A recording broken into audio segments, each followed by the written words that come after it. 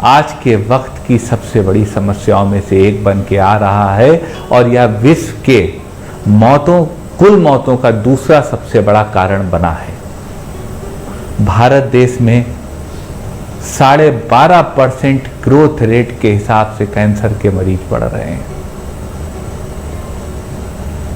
सन 2020 तक 19 लाख लोग कैंसर से इन्फेक्ट हो चुके हैं और या कहीं कैंसर के शिकार हो चुके हैं।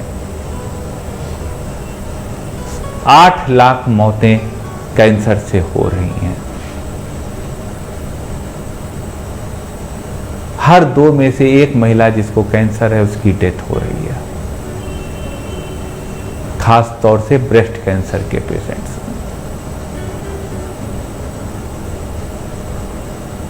मैं इसी सोच से, मैं इसी आंकड़ों को देख के आपके सामने ये वीडियो लाया हूं।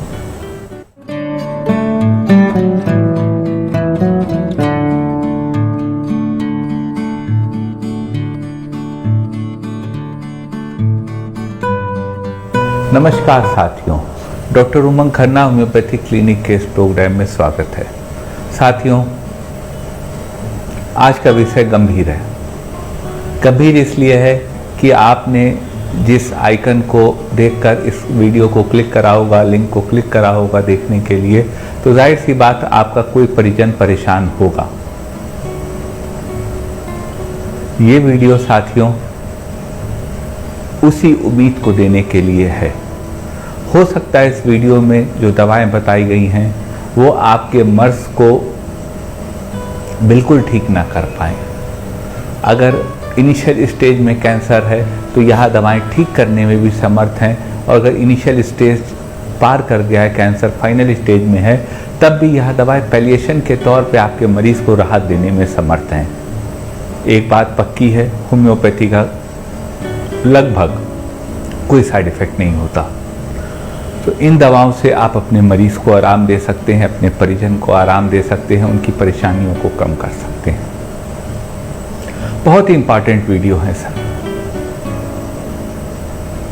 और मैं आपसे अपील करूंगा, मैं कभी किसी वीडियो में नहीं करता शुरू में, मैं अपील करूंगा इस वीडियो को शेयर करें, समाज के लोगों तक पहुंचे, उन लोगों तक पहुंचे जिनको इस वीडियो की, इन दवाओं की जानकारी की आवश्यकता है।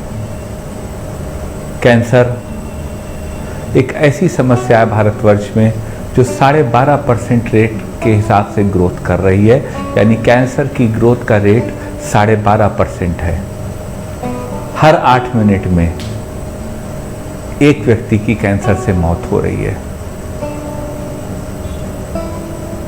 8.5 लाख लोगों को कैंसर हो रहा है। हर ब्रेस्ट कैंसर के होने वाली 2 महिलाओं में से 1 महिला की मौत हो रही है। तो बहुत बड़ी समस्या है साथियों ये। आज आप रतन टाटा अस्पताल चले जाओ मुंबई में, आप कहीं भी चले जाओ, राजीव गांधी चले जाओ दिल्ली में, आपको जल्दी सीट नहीं मिलेंगी। इतने तेजी से कैंसर के मरीज बढ़ रहे हैं।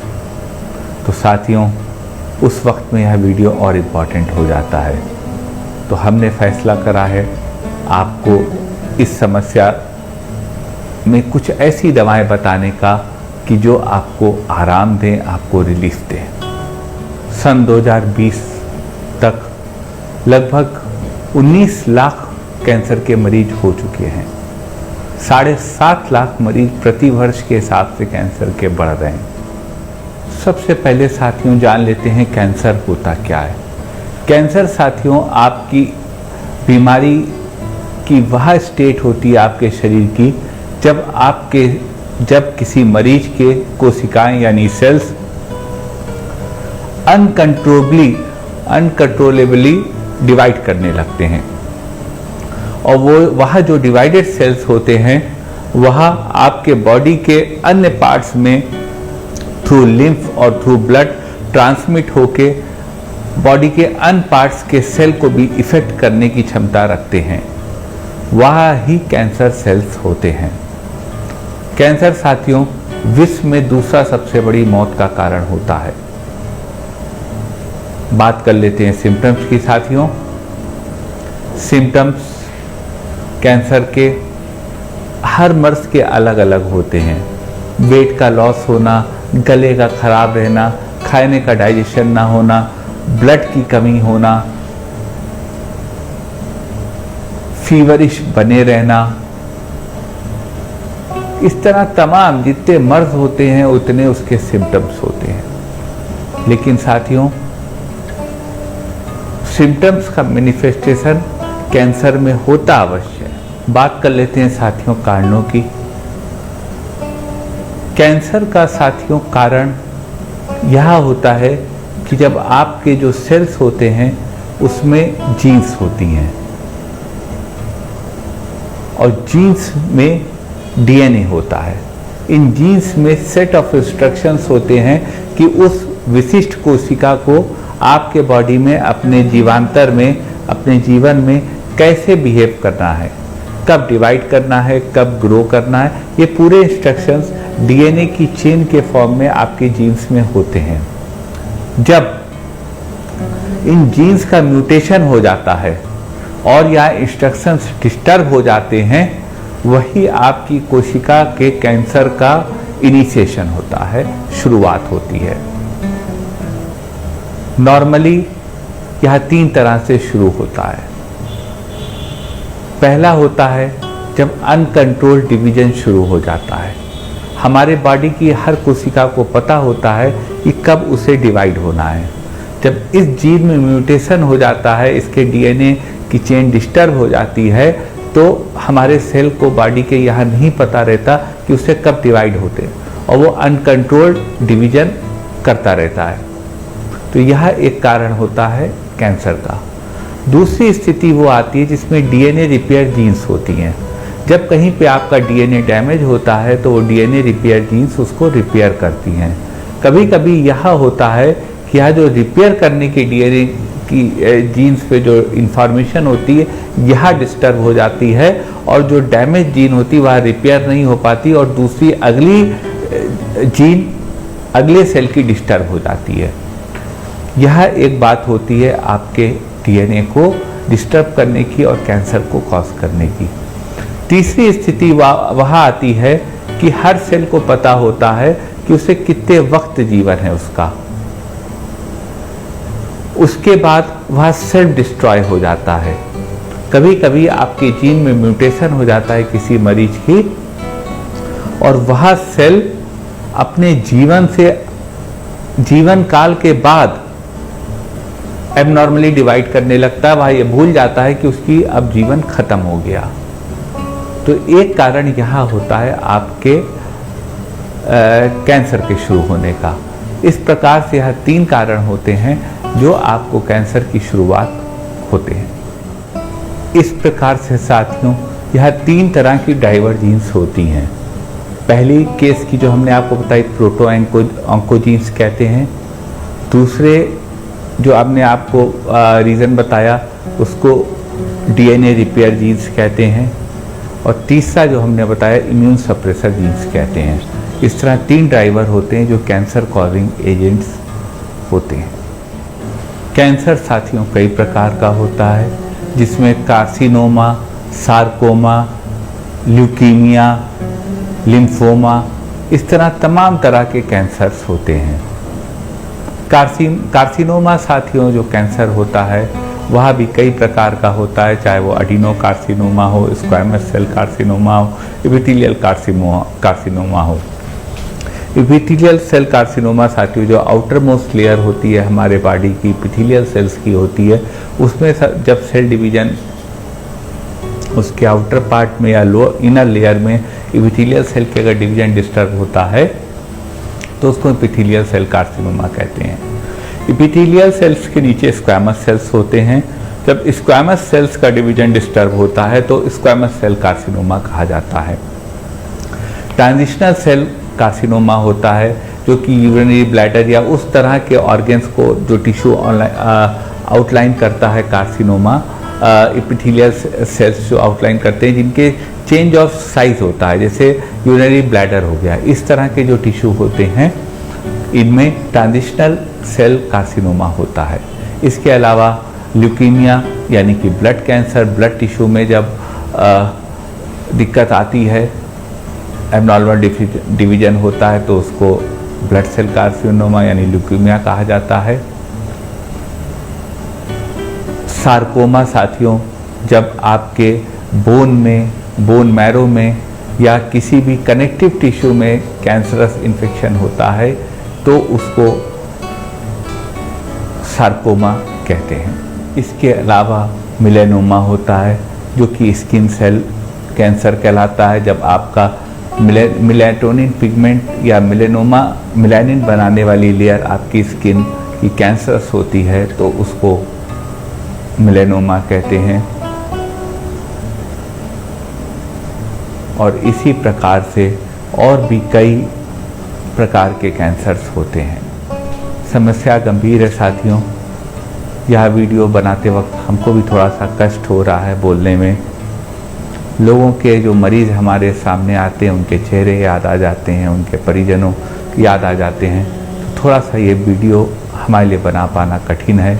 लेकिन मैं फिर भी समाज के हित में प्रयास करूँगा कि जिन भी साथियों के परिवार में, रिश्तेदारी में कहीं पर भी इस तरह की बीमारी है, उनको होम्योपैथी के माध्यम से जो आराम दिया जा सकता है वह दिया जाए।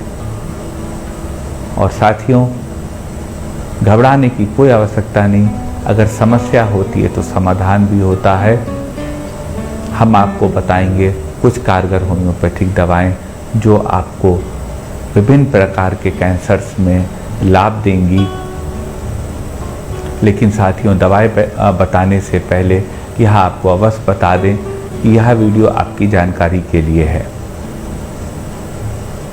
कोई भी दवा बिना कुशल चिकित्सक से पूछे ना लें, क्योंकि मर्ज गंभीर है और उसके इलाज में भी वही गंभीरता होनी चाहिए।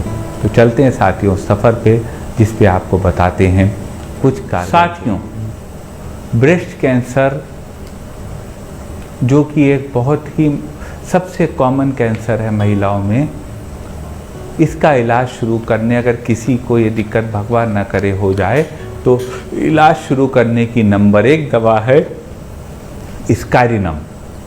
आप स्काइरिनम 1 mg की एक खुराक ले सकती हैं।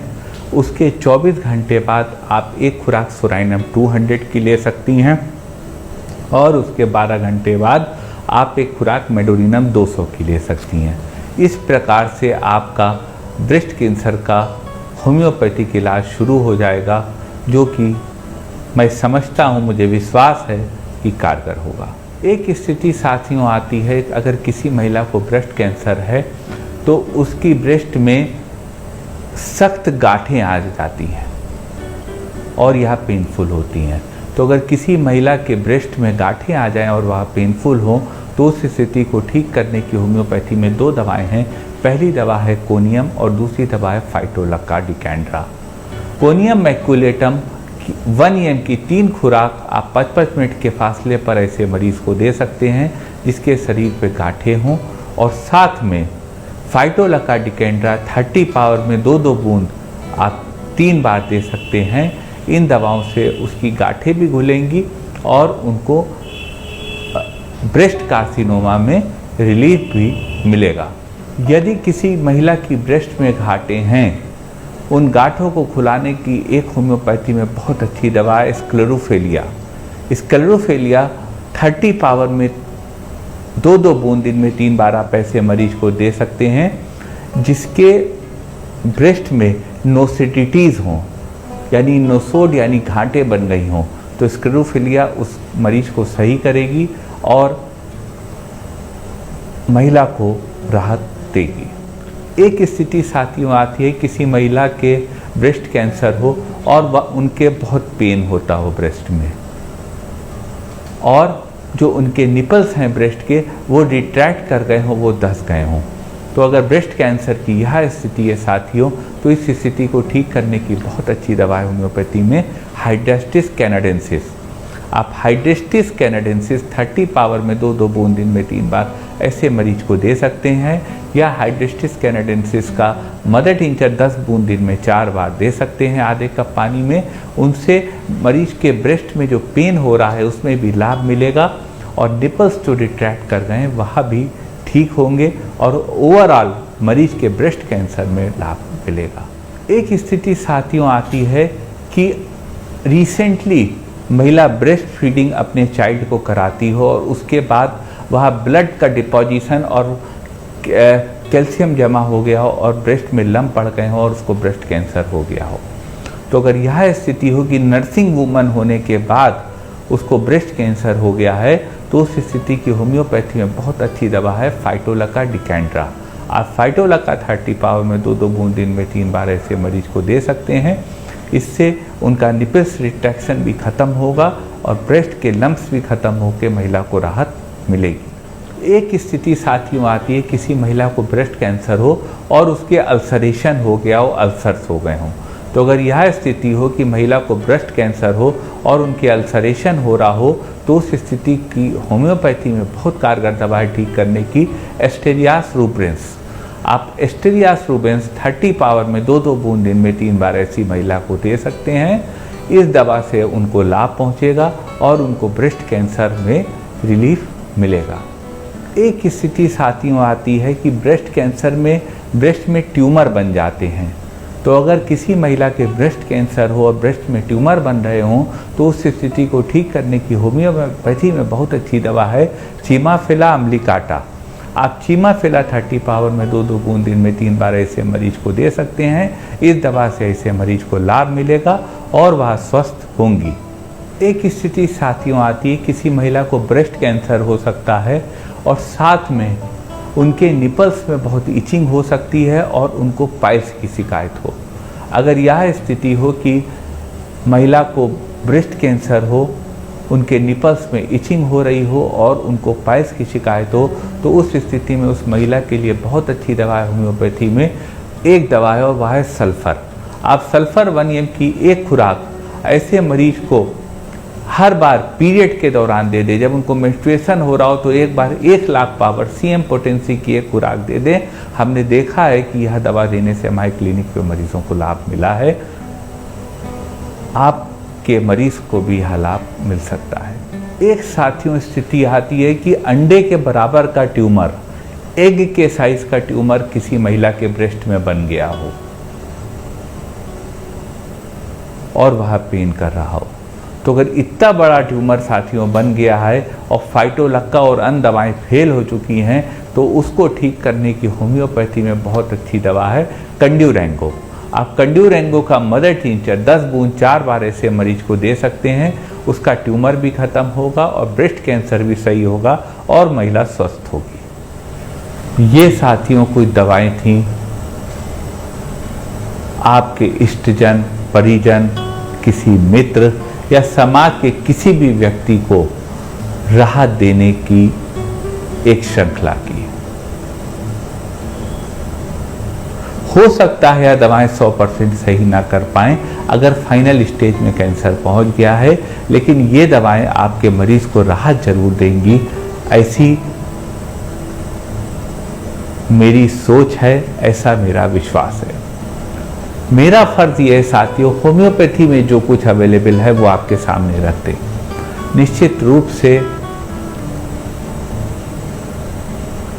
आपने इस वीडियो को तभी क्लिक करा होगा जब आपके किसी जानने वाले में यह समस्या होगी, और यही मेरा प्रयास है और इसीलिए मैं यह वीडियो आपके सामने लाया हूं कि होम्योपैथी के दायरे को एटलीस्ट आपके सामने रख दूं। दवाएं साथियों निश्चित रूप से बहुत कारगर हैं, लेकिन मैं आपसे निवेदन करूंगा कि दवाएं हमेशा कुशल चिकित्सक से सलाह से उससे प्रिस्क्राइब करा के ही दीजिएगा। मन में कोई क्वेरी हो तो व्हाट्सएप करिएगा हमारे व्हाट्सएप नंबर पे, मैं कोशिश करूंगा आपकी बात का जवाब दे सकूं। निवेदन करूंगा साथियों कि यह समाज हित का वीडियो है। जिस मर्ज से 9 लाख लोगों की मौतें हो रही हों, वह वीडियो कम इम्पॉर्टेंट नहीं हो सकता। और कैंसर ऐसी बीमारी जिससे 9 लाख मौतें हो रही हैं, 19 लाख लोग कैंसर से 2020 तक ग्रसित हो चुके हैं और 7.5 लाख लोग इससे ग्रसित हो रहे हैं हर साल, और 12.5% ग्रोथ रेट पर यह बीमारी बढ़ रही है। तो इन चीज़ों के अगर आपको मेरी संदेश आपके जहन तक पहुंच रहा हो तो अपने वीडियो को शेयर करिएगा, लाइक करिएगा, अपने चैनल को आपने सब्सक्राइब करा होगा अन्य परिजनों से सब्सक्राइब कराइएगा और बेल आइकन क्लिक करके सबसे पहले सबसे नया वीडियो यूं ही प्राप्त करते रहिएगा। डॉक्टर उमंग खन्ना होम्योपैथिक क्लिनिक आपकी किसी इष्टजन, परिजन, जानने वाले को जिसको यह समस्या हुई है, उस दुख में आपके साथ खड़ा है। आप हमारे साथ रहे इतनी देर, इसके लिए आपका बहुत बहुत धन्यवाद। आपके मरीज की शीघ्र स्वस्थ होने की कामना डॉक्टर उमंग खन्ना होम्योपैथिक क्लिनिक करता है। होम्योपैथी में जो कुछ भी था वह मैंने आपके सामने रख दिया। धन्यवाद।